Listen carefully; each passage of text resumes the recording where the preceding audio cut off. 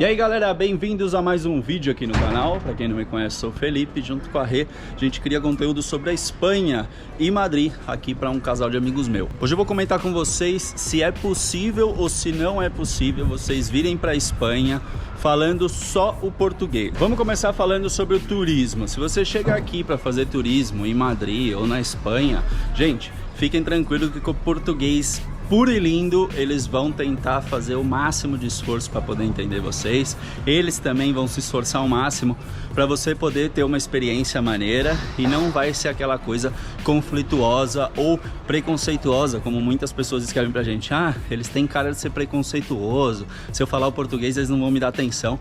Pelo contrário, super flui, porque eles estão acostumados a lidar com turismo. Então o turista ele é super bem-vindo aqui, independente do idioma que ele fala.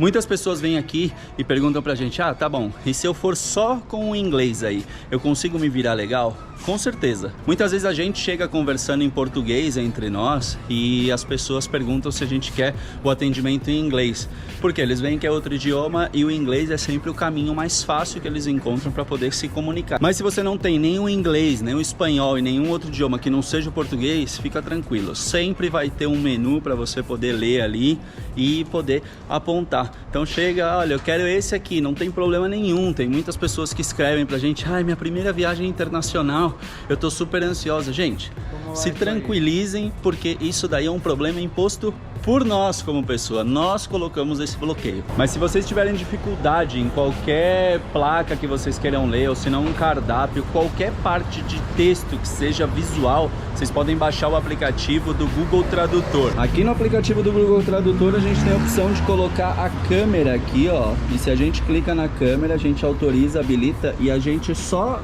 coloca aqui a câmera e ele já vai traduzir pra gente, ó, estacionamento, mas lá tá aparcamento, tá vendo só? Essa é sem dúvidas uma das funções que eu, por exemplo, mais utilizo quando faço viagens aqui dentro da Europa.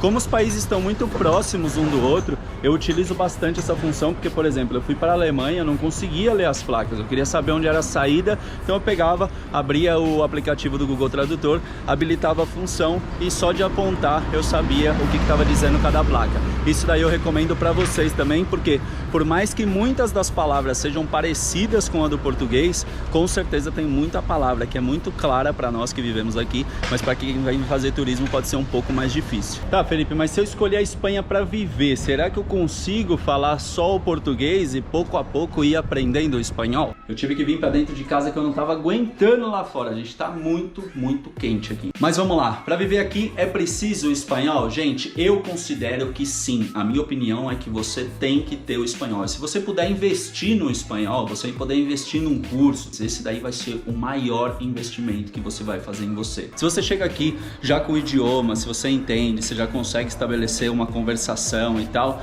vai ajudar vocês a diminuírem todas as dores de cabeça que vocês podem ter no processo de documentação, no processo burocrático daqui do país. Além disso, as oportunidades de emprego que você vai ter se você falar o idioma, se você já dominar um pouco mais, é muito melhor. Ah, Felipe, mas eu chego aí, eu trabalho com qualquer coisa. Gente, o problema não é trabalhar com qualquer coisa. O problema é que se você trabalha com qualquer coisa, assim como eu trabalhei, existiam momentos que, por exemplo, teve um dia que eu lavei prato dentro de um restaurante. Se você encara uma vida dessa aí, dificilmente você vai ter muito contato com pessoas externas. Então isso daí diminui o seu processo de adaptação. Você fala muito menos o espanhol, você não pratica, você não tem vivência e logo você vai se aburrindo, como eles falam aqui, né? Você vai, cara, falando, porra, o que eu tô fazendo e tal. Então a probabilidade de você ficar mal, você ficar chateado, ficar pra baixo e até voltar pro Brasil é muito maior. Por que eu digo isso pra vocês? Eu e a Rê, a gente quando veio pra cá, a gente veio decidido que a gente tinha que falar o espanhol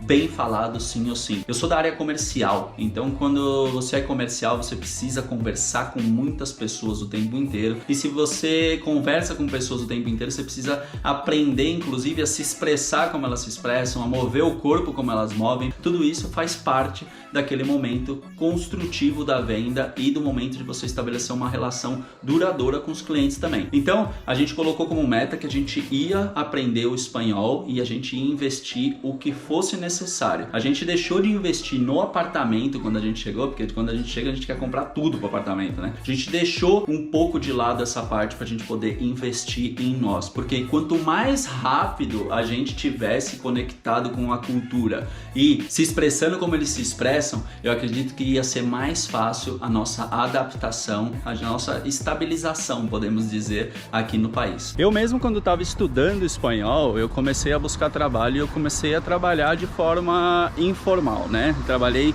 em várias coisas que são consideradas informais.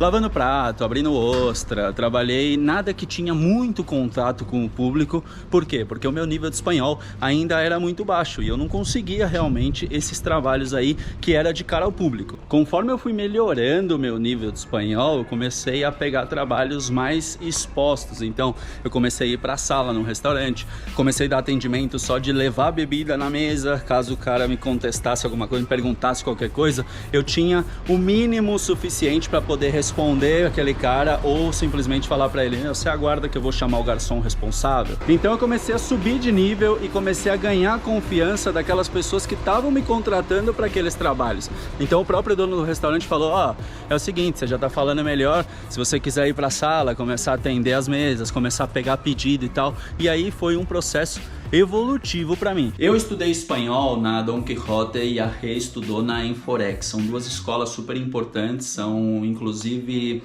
coordenadas pelo Instituto Cervantes, então eles têm um método de ensino bem diferenciado. Eu tinha classes de cultura, então tudo que vocês veem hoje nos nossos vídeos, que a gente está andando pela rua e comenta sobre um monumento, sobre um edifício, tudo isso a gente aprendeu nas classes de cultura que a gente teve, ao mesmo tempo que a gente estava aprendendo tanto a parte gramatical quanto a parte falada, né, do idioma. Chope! Isso daí só abriu portas pra gente. Por quê? A gente aprendeu a falar o idioma, como a gente tinha professores de diferentes lugares daqui da Espanha, a gente conseguiu pegar as manhas dele, né? A forma que eles se expressavam com as mãos, a forma que eles se expressavam com o corpo, como que eles falavam que a coisa tava gostosa, que não é igual nós, nossa, tá daqui, né? Lá é que eles fazem assim. Então todos esses detalhes, na hora que você vai pra rua para você buscar uma oportunidade de trabalho, ou você trabalhar de cara ao público, ou você montar o seu negócio, sua empresa, faz diferença quando você vai conectar com as pessoas, seja para vender um produto, seja para buscar um trabalho. Imagina você chegar para buscar um trabalho e falar: oi, tudo bem? Eu quero trabalhar aqui.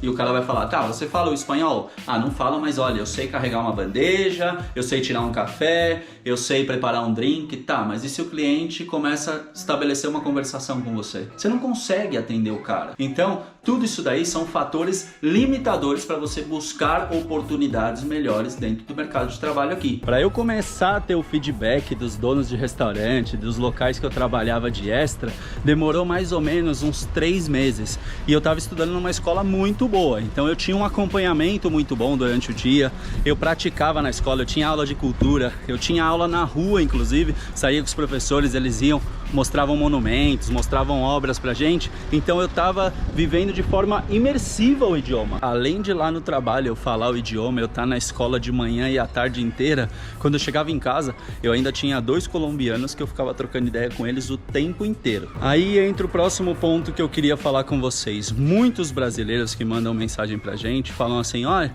eu quero entrar no grupo de brasileiras, porque eu quero chegar aí, melhor adaptado, eu quero chegar aí e não tem problema nenhum.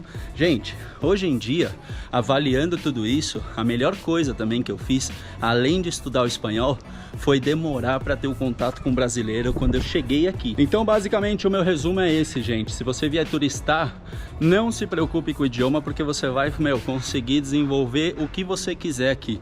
Se você vem morar, o meu conselho é, se você vai vir sem o espanhol, que você se dedique o máximo, que você coloque o máximo em prática. E, por outro lado, se você tem condições, que nem a gente, nós vamos ir sem o espanhol, mas se você tem um planejamento financeiro para poder te segurar, porque com certeza os primeiros momentos são aqueles que marcam, e na verdade né, as primeiras impressões são as que ficam. Se você chega aqui e tem muita dificuldade no começo, dificilmente você vai viver aqui de forma feliz, você vai viver tranquilo. E outra, ninguém precisa passar necessidade para falar que migrei como tem que migrar. Não, se você pode planejar para poder chegar aqui e ter menos dificuldade possível, faça, porque vai adiantar muito o seu lado. E é isso, gente. Tô chegando aqui em casa. Se ficou alguma dúvida, se vocês quiserem perguntar qualquer coisa, deixa aqui nos comentários, que vai ser um maior prazer responder vocês. De verdade, espero que vocês tenham gostado e que vocês tenham desfrutado desse vídeo, e a gente se vê no próximo vídeo. Tchau!